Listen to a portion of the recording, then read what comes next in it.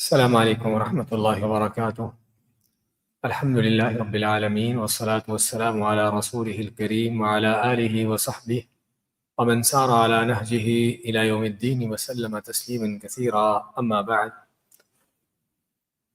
ہم ہمارے دور دعات کے دونوں لیولوں میں، فرسٹ لیول اور سیکنڈ لیول دونوں سالوں میں ہمارے پاس ایک سبجیکٹ لازمی ہوتا تھا، اور وہ ہے فقہ المیسر،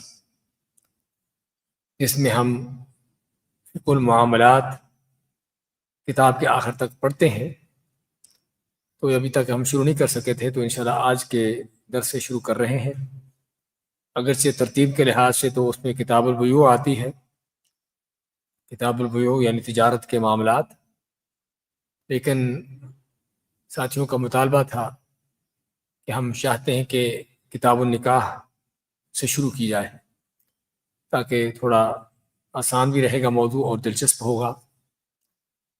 تو آج سے انشاءاللہ ہم فقہ المیسر میں کتاب النکاح کا آغاز کر رہے ہیں، اور کوشش ہوگی کہ ہمارے یہ دونوں لیکچر ابھی 7 بجنے میں 5-6 منٹ باقی ہیں، تو انشاءاللہ امید ہے 8 بجے تک ہم دونوں لیکچر جو ہے انشاءاللہ مکمل کریں گے، یعنی 35-40 منٹ اس درس کو دیں گے۔ اس کے بعد کوئی 20-25 منٹ جو ہے انشاءاللہ شبہات کا موضوع جو ہے ہم اس کو مختصر انداز سے دیا کریں گے۔ تو کتاب النکاح و طلاق، جس میں نکاح اور طلاق کے مسائل کا بیان ہے۔ اس میں مؤلف کہتے ہیں کہ 11 ابواب پر مشتمل ہے۔ پہلا باب نکاح کا بیان اور اس سے متعلقہ مسائل۔ اس میں پہلا مسئلہ نکاح کی تعریف اور اس کی مشروعیت کی دلیلیں، نکاح کیا ہے اور نکاح کے اسلام میں کیا احکامات، اس کی کیا دلیلیں ہیں۔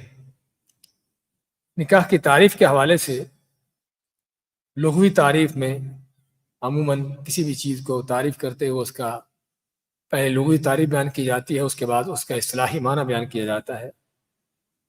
تو لغوی طور پر نکاح کا معنی ملاپ کرنا، ملنا، کسی چیز کا خلط ملط ہو جانا۔ کہتے ہیں کہ تناکحت الاشجار، کہ جب درخت ایک دوسرے سے مل جاتے ہیں یعنی گڑبڑ ہو جاتے ہیں۔ اور نکح المطر الارض، کہ بارش کا پانی مٹی میں جذب ہو جانا۔ یہ ہے لغوی طور پر، یعنی کسی چیز کا میل ملاپ ہونا اور ایک دوسرے کے ساتھ خلط ملط ہو جانا۔ اور اسی سے اصطلاحی معنی بھی آپ کو سمجھ آ جاتا ہے کہ نکاح کا معنی۔ تو نکاح کو اصطلاحی طور پر 2 معنوں میں استعمال کیا جاتا ہے، اور دونوں معنی ہی قرآن کریم میں آئے ہیں، دونوں معنی ہی قرآن و حدیث میں ان کا استعمال ہوا ہے۔ ایک اس کا معنی عقد نکاح ہے، نکاح کا معنی عقد نکاح، نکاح کا عقد کرنا، نکاح کا ایگریمنٹ کرنا، اور جو ایسا معاہدہ ہے جو خاوند بیوی کے درمیان ایک دوسرے سے فائدہ اٹھانے اور حصول اولاد اور نکاح کی عظیم جو مصلحتیں ہیں ان کے لیے یہ ایگریمنٹ ہے، یہ معاہدہ ہے عقد نکاح۔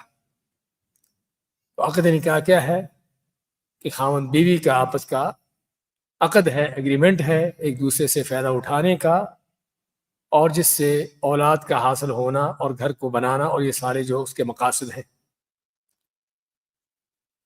تو نکاح کا ایک معنی یہ ہے جو عقد نکاح کے لیے استعمال ہوتا ہے، اور نکاح کا دوسرا معنی جو بذات خود صحبت کرنے، جماع کرنے میں استعمال ہوتا ہے، جس طرح کہ اللہ تعالیٰ کا فرمان ہے جب تیسری طلاق ہو جائے عورت کو تو پھر اس کے لیے پہلے خاوند کی طرف لوٹنا، رجوع کرنا ممکن نہیں رہتا، کب تک؟ حتی تنکح زوجا غیرہ، حتیٰ کہ وہ عورت دوسرے خاوند سے نکاح کرے۔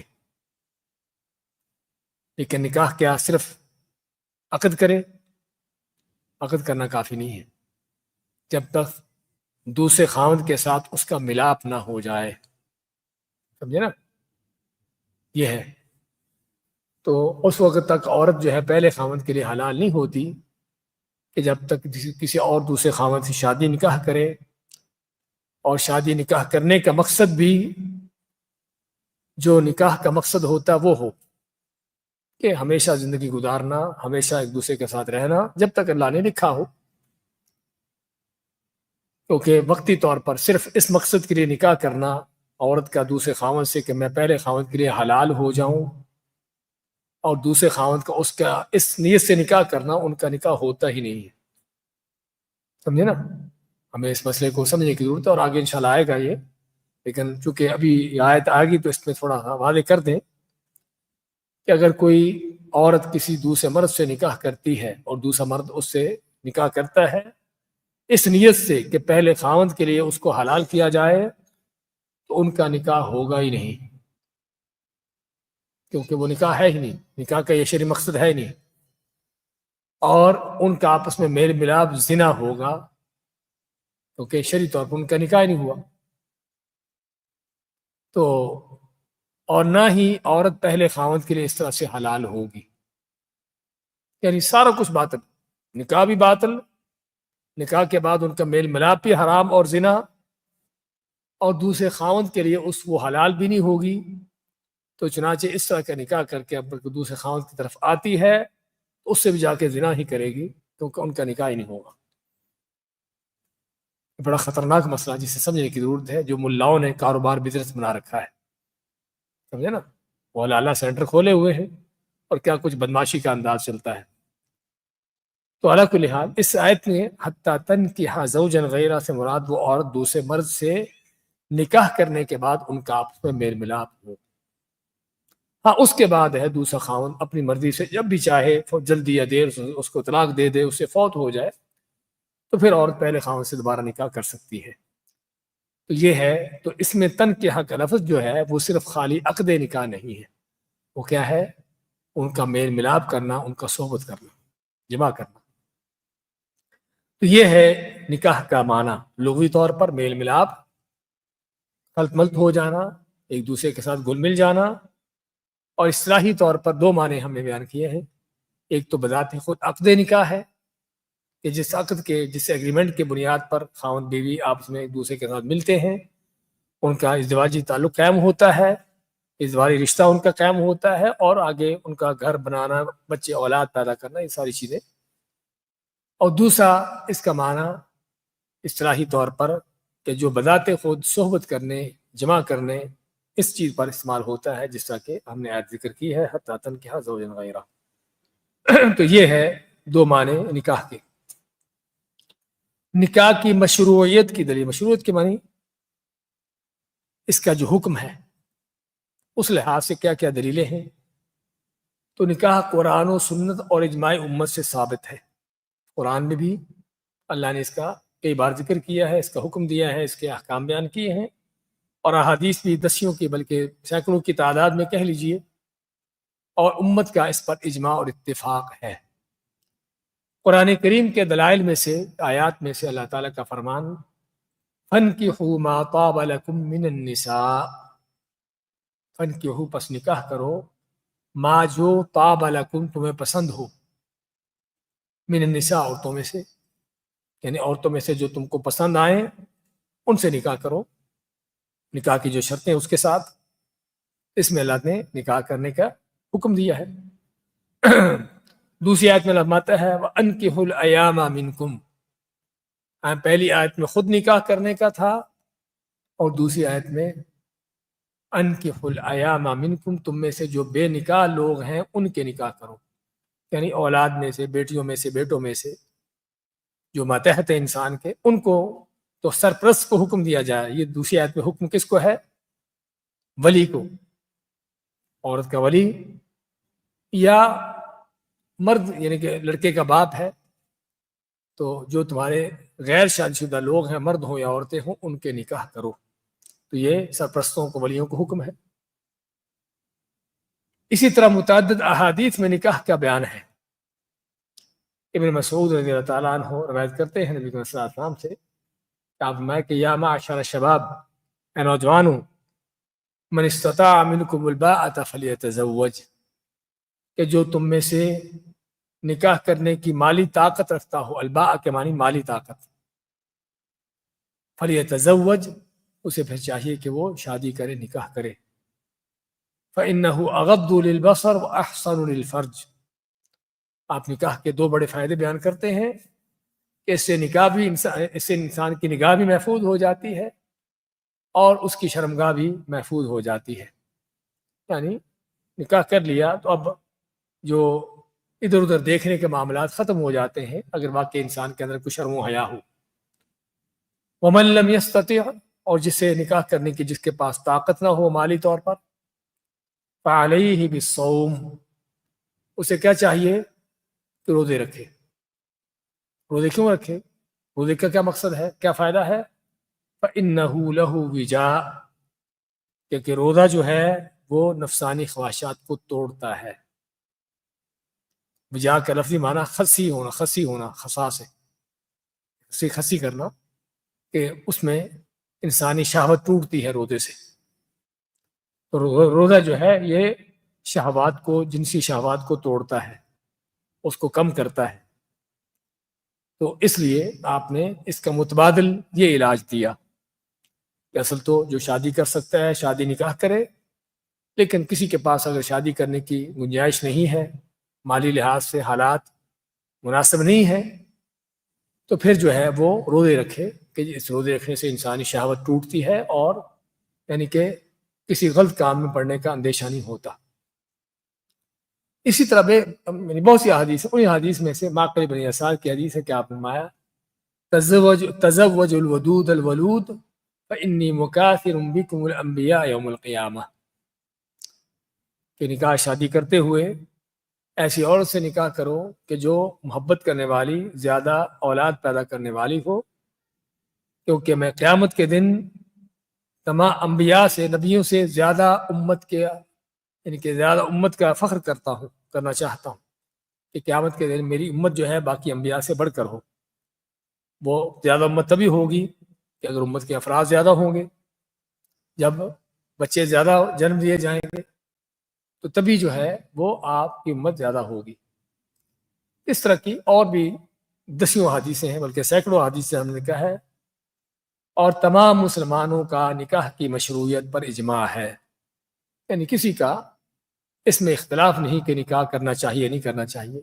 ہاں الگ بات ہے، ہم آگے پڑھیں گے نکاح کے احکامات، کہ کسی کے لیے فرض ہے، کسی کے لیے سنت ہے، کسی کے لیے جائز ہے، کسی کے لیے مکروہ، اور کسی کے لیے حرام بھی ہوگا، سمجھے نا؟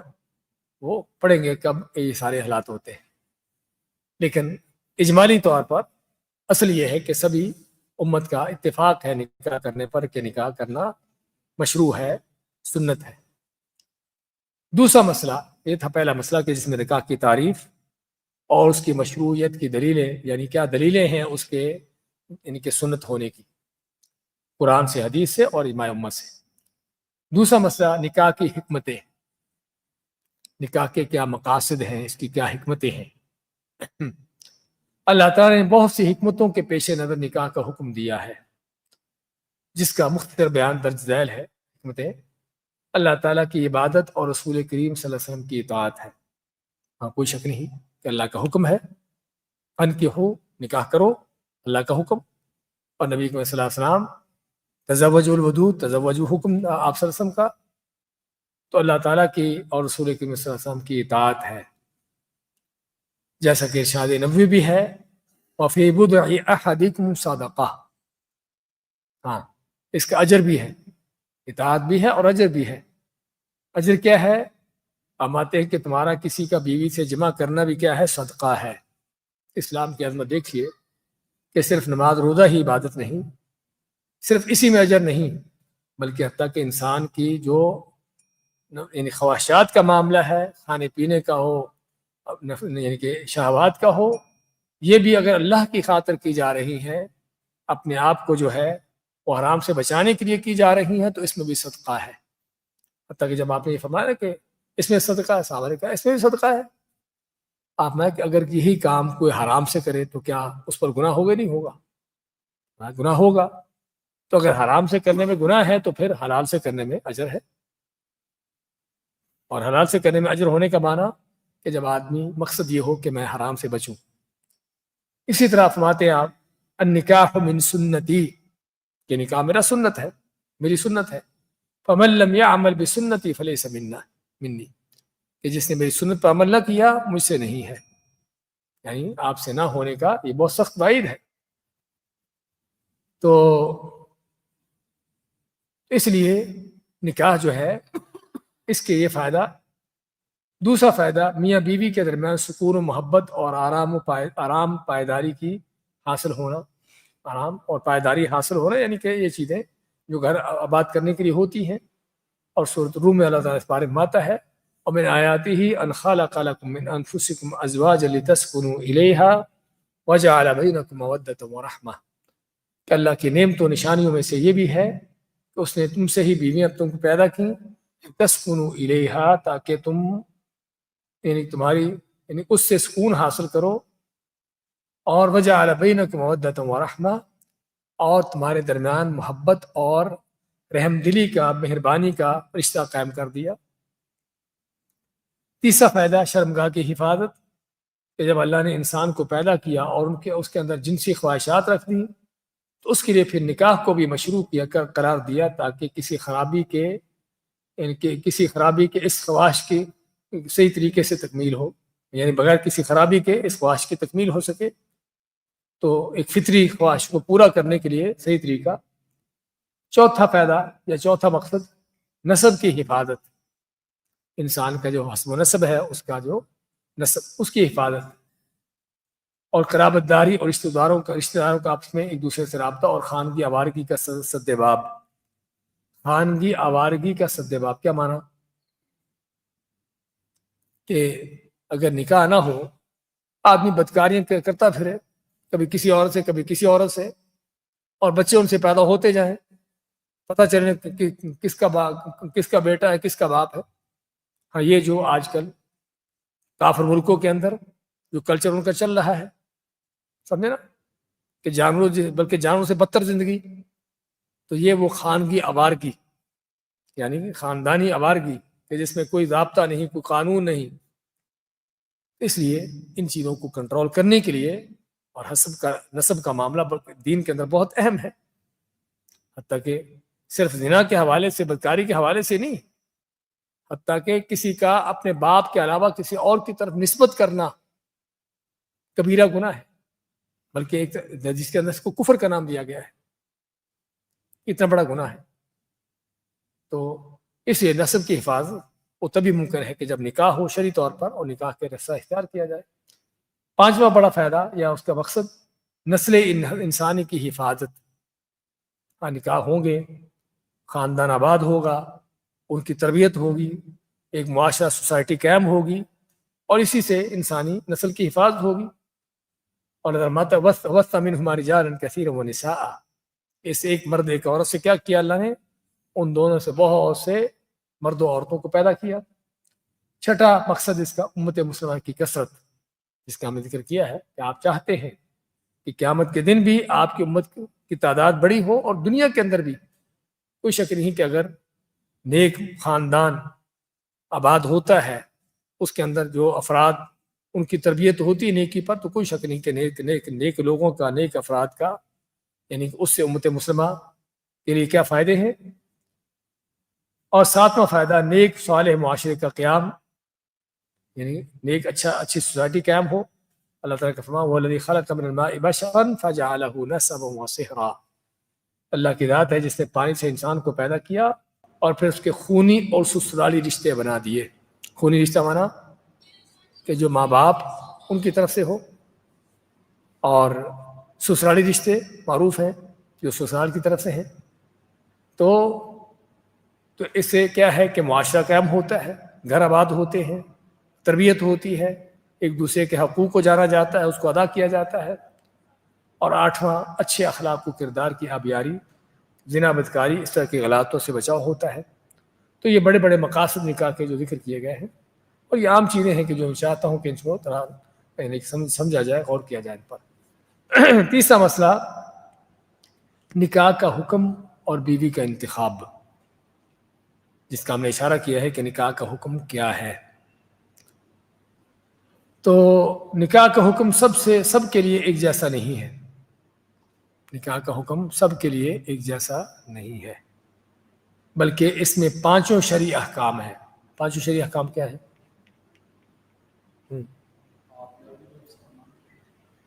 آبیاری کا معنی کہ یعنی کہ کسی اچھے اخلاق و کردار کی آبیاری، یعنی اچھے اخلاق و کردار کو، یعنی کہ اس کو پیدا کرنا، اس کو اخلاق و کردار پر چلنا۔ آبیاری ہوتا ہے کس چیز کو ایسے اگانا، ہے نا، اگانے کے معنی، لیکن یہاں پر بھی استعمال ہوتا ہے۔ تو بات کر رہے تھے کہ نکاح میں 5 شرعی احکامات ہیں۔ تو 5 شرعی احکامات کیا ہیں؟ ہم کئی بار ذکر کر چکے ہیں۔ 5 شرعی احکام کیا کیا ہیں؟ کچھ پتہ نہیں؟ فرض، واجب، سنت، جائز، مکروہ اور حرام۔ فرض یا واجب ایک چیز ہے، اس طرح سنت اور مستحب دونوں مترادف ہیں، ایک چیز ہے۔ مباح یا جائز ایک چیز ہے، مکروہ اور حرام، یہ 5 ہیں جو شرعی احکامات ہیں۔ شریعت کے تمام احکام ان 5 چیزوں پر چلتے ہیں کہ چیز یا تو واجب ہوتی، فرض ہوتی ہے، یا سنت ہوتی، مستحب ہوتی ہے، یا جائز ہوتی ہے، یا مکروہ ہوتی ہے، یا حرام ہوتی ہے۔ یعنی کوئی بھی شرعی حکم ان 5 کے علاوہ اور کچھ نہیں ہے، سمجھے نا؟ تو ان کو کہتے ہیں 5 یعنی شرعی احکام یا احکام تکلیفی احکام۔ تو نکاح کے اندر کہتے ہیں کہ 5 شرعی احکام چلتے ہیں۔ اب دیکھیے کیسے چلتے ہیں کہ نکاح کی ترغیب میں وارد ہونے والی آیات و احادیث کے پیش نظر اصل یہ ہے کہ اس شخص کے حق میں نکاح مستحب ہے کہ جس میں شہوت ہو، مستحب یعنی سنت ہے، اور نکاح کے اخراجات کی طاقت رکھتا ہو، اور اسے بدکاری میں پڑنے کا اندیشہ نہ ہو۔ ہاں جی، اصل یہ ہے، اصل نکاح کا حکم سنت ہے اس شخص کے لیے جس میں شہوت ہو، یعنی نامرد نہ ہو، اس کے پاس مالی اخراجات ہو نکاح کرنے کے، اور اس کو زنا میں بدکاری میں پڑنے کا ڈر نہ ہو۔ ڈر ہے تو واجب ہوگا، سمجھے نا؟ سنت کس لیے ہے؟ جس کو ڈر نہ ہو کہ اگر نکاح نہیں بھی کرے گا تو بدکاری میں نہیں پڑے گا، لیکن پھر بھی اس کے لیے سنت ہے نکاح کرے۔ اور بعض علماء ایسے شخص کے لیے بھی نکاح کو واجب قرار دیتے ہیں۔ اچھا، دوسرا، اس شخص کے لیے نکاح کرنا فرض ہے جسے اپنے بارے میں زنا میں پڑنے کا اندیشہ ہو، جس کو نکاح زنا میں پڑنے کا خطرہ ہو، اندیشہ، خطرہ، اس کے اوپر نکاح کرنا فرض ہے، بشرطے کہ وہ نکاح کی ذمہ داریوں اور اس کے اخراجات کی طاقت رکھتا ہو، کیونکہ نکاح اس کی پاک دامنی اور حرام میں پڑنے سے حفاظت کا ذریعہ ہے، اور اگر اس کی مالی طاقت نہ ہو تو اسے روزے رکھ کر پاک دامنی اختیار کرنا چاہیے، یہاں تک کہ اللہ تعالیٰ اپنے فضل سے اس کو مالدار کر دے۔ تو اصل حکم کیا ہے؟ سنت ہے، مستحب ہے، لیکن بعض علماء کے نزدیک وہ بھی واجب ہے، لیکن جمہور کے نزدیک سنت ہے۔ اور دوسرا، فرض واجب ہے کب ہوتا ہے؟ کہ جس کو زنا بدکاری میں پڑنے کا خطرہ ہو اور وہ نکاح کے اخراجات رکھتا ہو، نکاح کے لیے اس کے پاس مالی طاقت ہو، اگر نہیں تو پھر اس کو روزے رکھنے کا حکم ہے، سمجھے نا؟ تیسرا حکم، اس شخص کے حق میں نکاح مکروہ ہے جسے اس کی ضرورت نہ ہو، یعنی نامرد ہے، اس میں مردانہ طاقت نہیں ہے، بوڑھا ہے، بیمار آدمی ہے کہ جس میں شہوت نہ ہو، یا وہ فقیر ہے کہ جسے شہوت نہ ہو اور بلا ضرورت مشکلات میں پڑنا، یعنی فقیر آدمی ہے اور شہوت بھی نہیں ہے، اگرچہ نامرد نہیں ہے لیکن شہوت نہیں ہے بھی فقیر، تو پھر اس کو کیا ضرورت ہے مشکل میں پڑنے کی؟ کیونکہ نکاح کرنے کا معنی کہ گھر آباد کرنا، گھر کے اخراجات، سارا کچھ ہے، فقیر وہ، سمجھے نا؟ تو یہ ہے مکروہ اس کے لیے، کس کے لیے؟ کہ جو فقیر ہو یا نامرد ہو، فقیر ہو شہوت نہ اس میں، یا نامرد ہو جس میں مردانہ طاقت نہ ہو، یا بوڑھا مریض ہو جس میں، یعنی کہ ایسے لوگوں کے لیے نکاح کرنا مکروہ ہے، کیونکہ نکاح کریں گے تو بیوی کا حق ادا نہیں کر سکیں گے۔ چوتھا، اس شخص کے حق میں نکاح حرام ہے جو دار الحرب میں ہو۔ نکاح کا حرام کب ہوتا ہے؟ کہ جب آدمی دار الحرب میں ہو، یا وہ بیویوں کے ساتھ عدل نہ کر سکتا ہو۔ ایک بیوی تو ہے، دوسرا نکاح کرنے کی اس کو اجازت نہیں جب تک عدل نہیں کر سکتا۔ اگر بغیر اس کے پتہ ہے کہ عدل نہیں کروں گا پھر بھی دوسرا نکاح کر لیتا ہے تو نکاح کرنا اس کے لیے حرام ہے، سمجھے نا؟ اس لیے کیونکہ عدل نہیں کرے گا تو عدل نہ کرنا حرام ہے، کہ جو چیز حرام کی طرف لے جائے گی وہ چیز بھی حرام ہے۔ اور دار الحرب کیا ہے؟ کہ جہاں پر جنگ ہو، جہاں پر جنگ کے حالات ہو، جہاں پر جنگ ہو، جنگی حالات ہو، امن و امان نہ ہو، تو جنگ، کافروں کے ساتھ جنگ ہو، ایسی جگہ پر علماء کہتے ہیں کہ نکاح کرنا حرام ہے۔ اس لیے کیونکہ نکاح کا ایک بڑا مقصد گھر کو آباد کرنا ہے، اور دار الحرب میں جہاں پر دشمنوں کے خلاف جنگ ہو رہی ہے، ظاہری بات گھر آباد کرنا ممکن نہیں ہوتا، اور نکاح کر کے ممکن ہے انسان اپنے لیے بھی مصیبت بنے اور بیوی کے لیے بھی۔ اس لیے ایسی جگہوں پر نکاح کرنا علماء سے منع کیا ہے کہ جہاں پر جنگ جاری ہو۔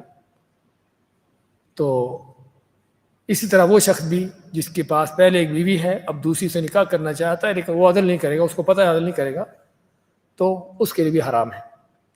تو یہ نکاح کے 4 جو احکام بیان ہوئے ہیں، اصل تو جمہور علماء کے نزدیک سنت ہے، سمجھے نا، مستحب ہے، لیکن اس کے لیے فرض ہے کہ جس کے پاس شہوت ہو، اس کو زنا میں پڑنے کا خطرہ ہو، اس کے پاس مالی اخراجات بھی ہوں، تو اس کے اوپر پھر فرض ہے، اگر نہیں کر سکتا مالی اخراجات نہیں پھر روزے رکھے۔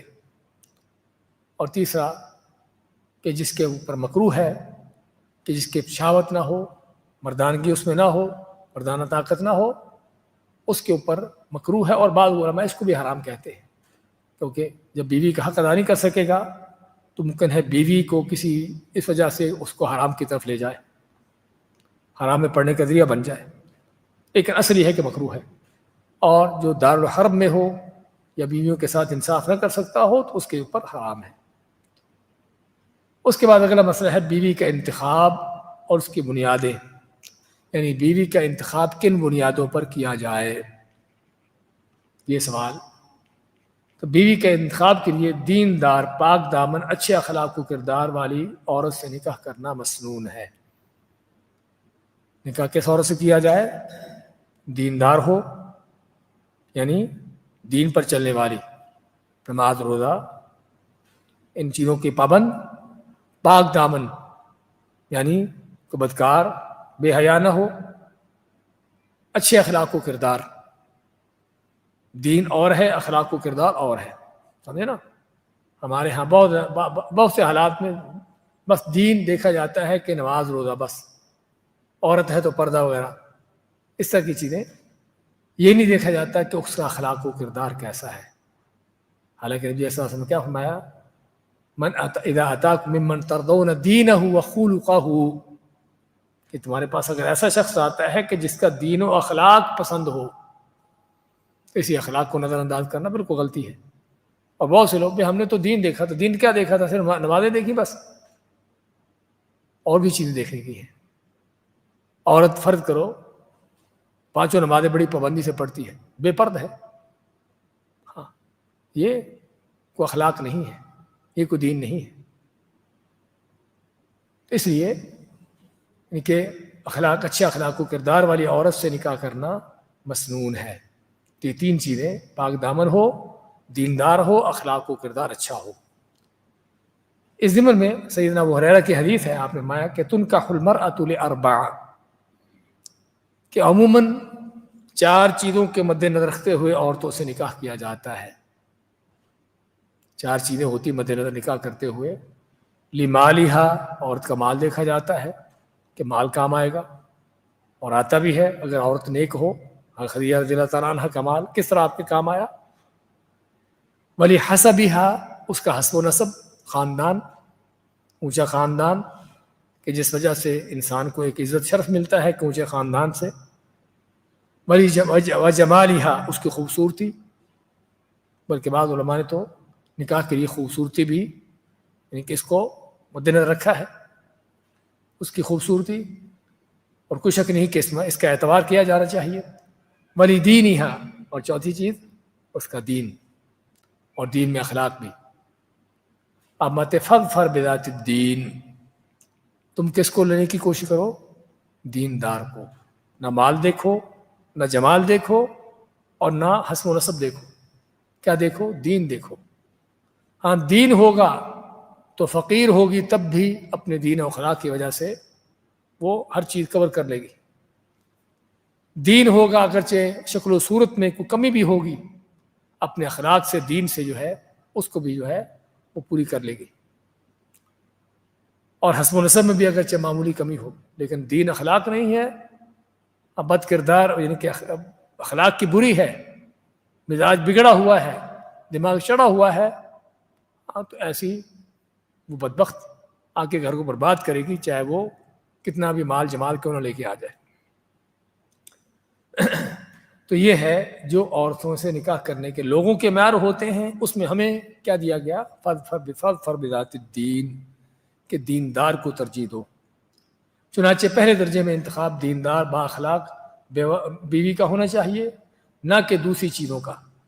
اسی طرح سے زیادہ بچے جننے والی کو منتخب کرنا، جس طرح کہ حدیث ہم نے پڑھی ہے کہ زیادہ بچے جنم دینے والی کو اس کو انتخاب کرنا مسنون ہے، جس طرح کہ آپ ماتے ہیں حدیث ہم نے پڑھی ہے تزوج الودود الولود فانی مکاثر بکم الانبیاء یوم القیامہ، کہ محبت کرنے والی، زیادہ بچے پیدا کرنے والی عورتوں سے نکاح کرو، کیونکہ میں قیامت کے روز اپنی امت پر کی کثرت پر فخر کروں گا۔ تو شیخ ابن عثیمین فرماتے ہیں، اب یہ سوال پیدا ہوتا ہے کہ بچے زیادہ بچے پیدا کرنے والی، یہ تو بات کی باتیں ہیں، بچہ پیدا ہوگا بھی نہیں ہوگا، سمجھے نا، تو زیادہ ہونے تو بات کی باتیں ہیں، یہ کیسے پتہ چلے گا؟ تو شیخ ابن عثیمین فرماتے ہیں کہ عورت کا کثرت سے بچے پیدا کرنا یہ اس کے خاندانی سلسلے سے معلوم ہوتا ہے، اور یہ حقیقت ہے کہ بعض خاندانوں میں معروف ہوتا ہے کہ ان کے ہاں بچوں کے پیداوار ماشاءاللہ کثرت سے ہونا، خاندانوں اور بعض قوموں کے اندر، بعض نسلوں کے اندر آپ دیکھو گے کہ بعض ایسے لوگ، بعض نسلیں، ان کے ہاں بچوں کا عموماً زیادہ پیداوار،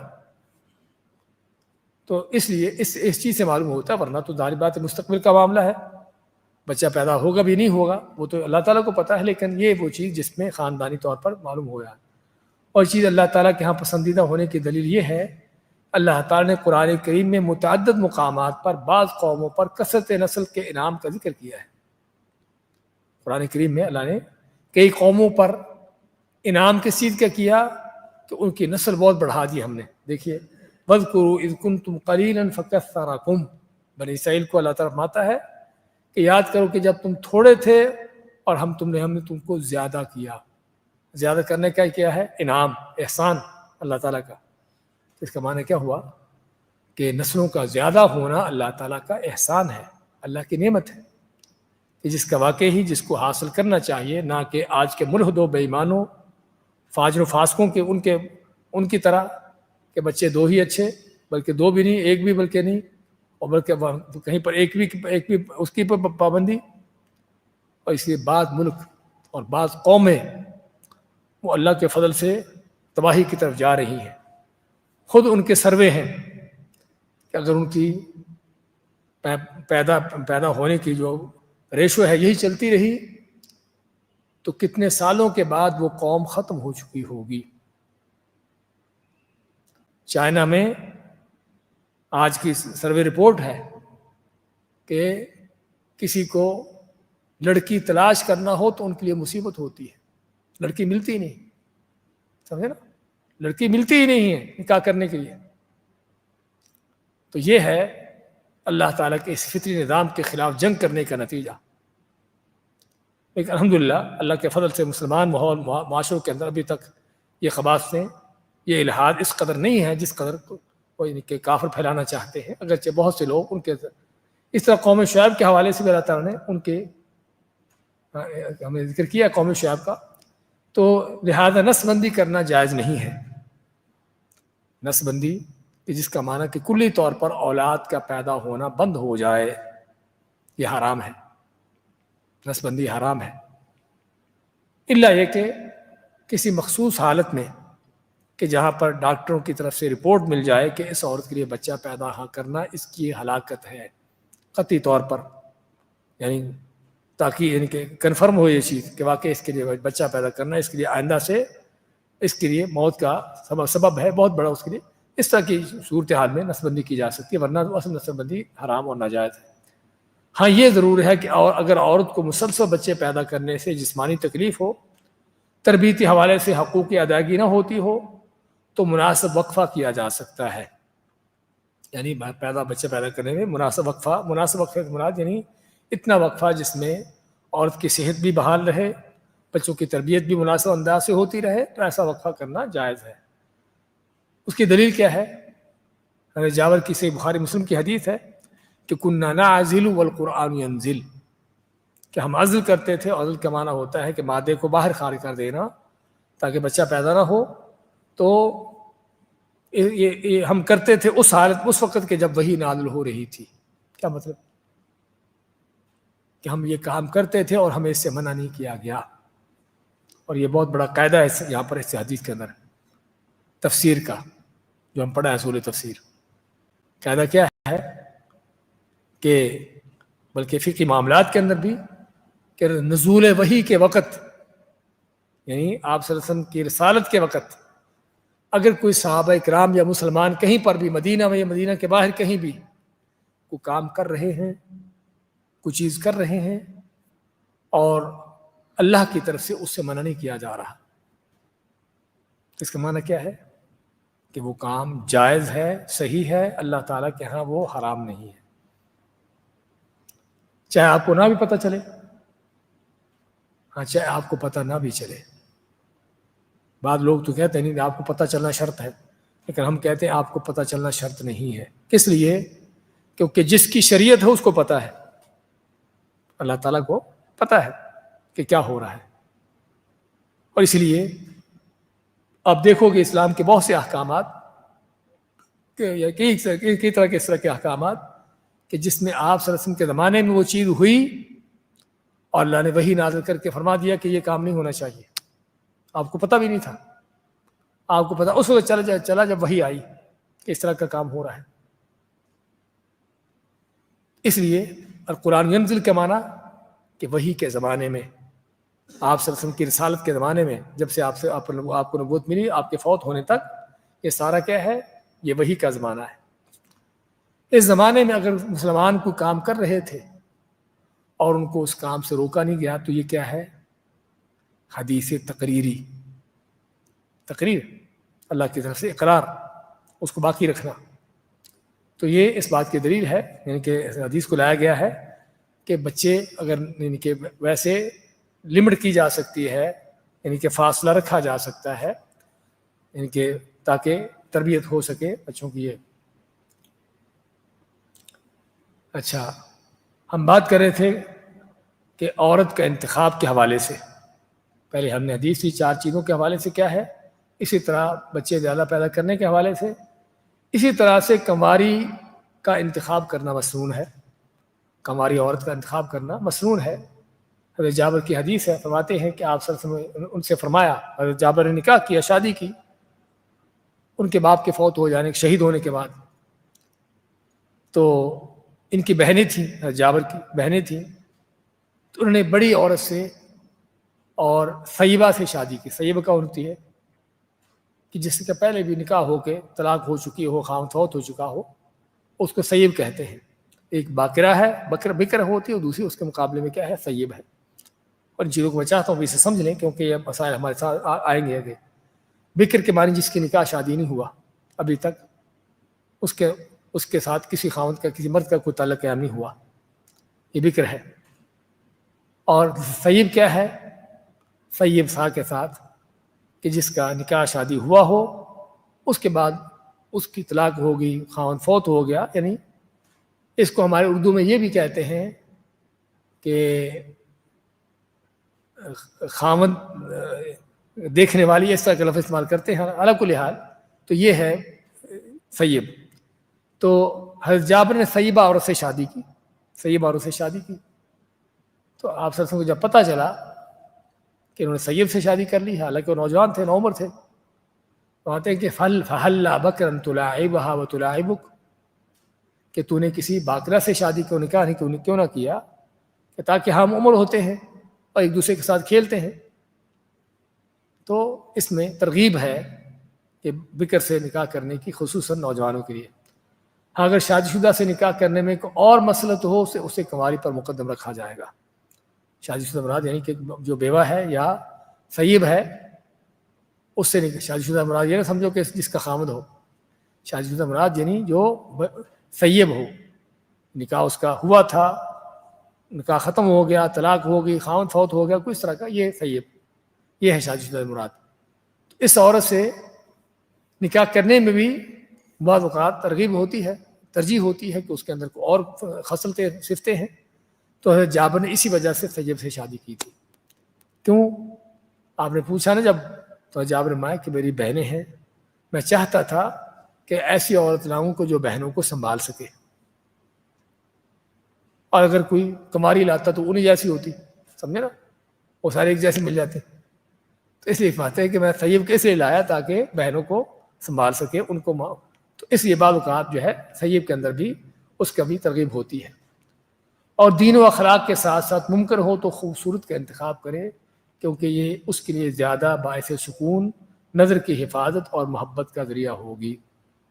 دین و اخلاق کے ساتھ ساتھ، ہاں یہ شرط ہے بنیادی، ورنہ کتنے گھر ہیں کہ جو جہنم بنتے ہیں صرف خوبصورتی کی بنیاد پر، جب دین و اخلاق نہیں دیکھا جاتا. تو یہ ہے عورت کے انتخاب کے حوالے سے جو قاعدہ کلی ہم کو جو چیزیں دی گئی ہیں. میرے خیال آج اسی پر اکتفا کرتے ہیں. اس کے بعد ہمارے پاس منگنی کے اور یعنی کہ نکاح کا پیغام بھیجنے کے مسائل ہیں، انشاءاللہ بعد میں لیتے ہیں چوتھے مسئلے سے لے کر.